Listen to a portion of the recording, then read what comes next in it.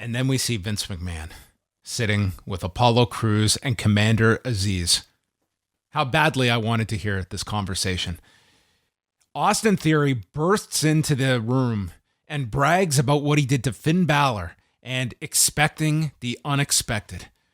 Vince sends Aziz and Crews out of the room, and Theory sits down. And Vince McMahon, with my volume at 60, asks Austin if he wants a trophy. Do you want a participation trophy? How about I give you my autograph?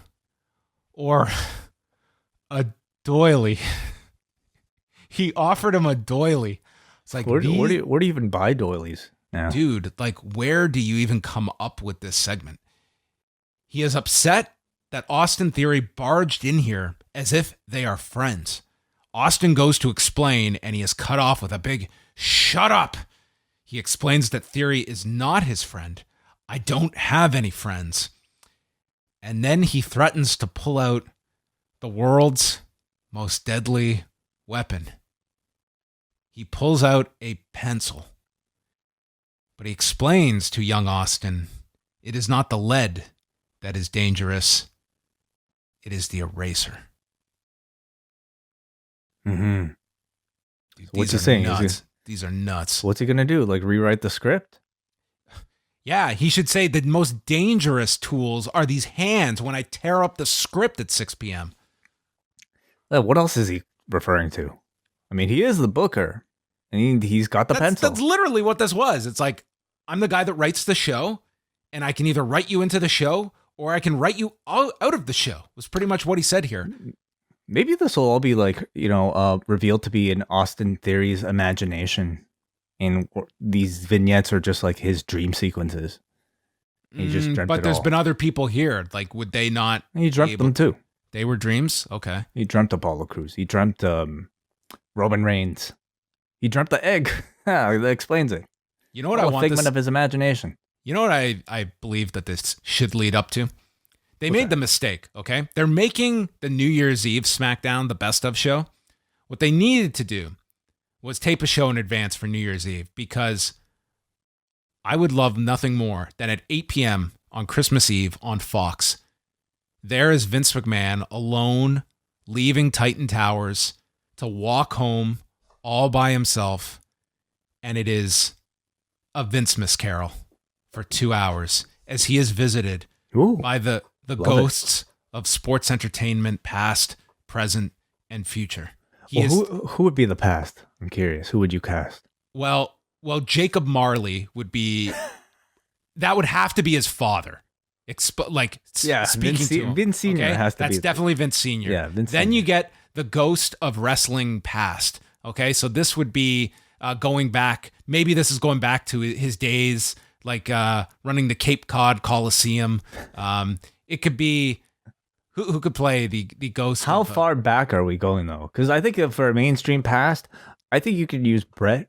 He's probably on call, like recent enough. Okay. For audiences. Present would have to be what?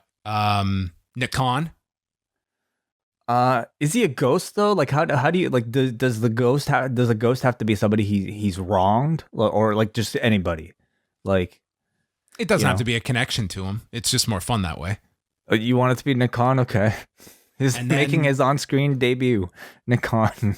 And then the ghost of Christmas Future. We've got Dominic. Tony.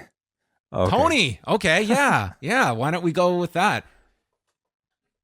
How about Killer Khan, Nick Khan, and Tony? The three Khans. Cast it. SmackDown, December 24th. That makes all these segments worth it for 2 hours of a Vince-Miss Carol. Yeah, Peacock, I think, would go crazy for that extra content. Bring back WWE Studios. Are you kidding me? Mm-hmm. Anyway. Yeah, all right. Yeah, please write it, John. Maybe an audio documentary. How about that? You got some extra time, I'm sure, in your schedule.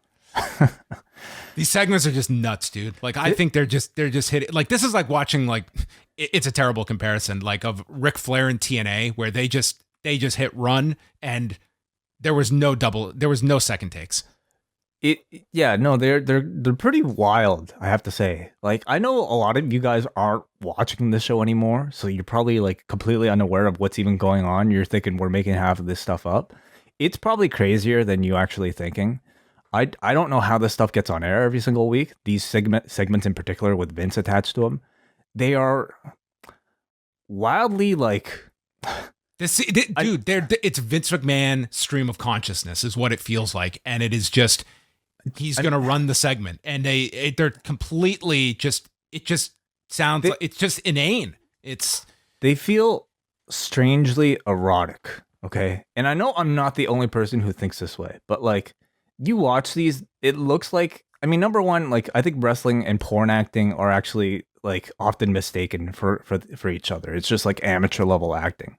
But like Vince talking to Theory through these, I don't know if it's Vince's deep voice, if it's his dominating voice, like saying, like teasing him by saying that I'm gonna pull this out from the bottom of this drawer, like that type of shit. You show this to somebody who doesn't know it's a wrestling show, and I would not be surprised if the same thought entered their head. Well, the saga continues with Vince McMahon and Austin Theory.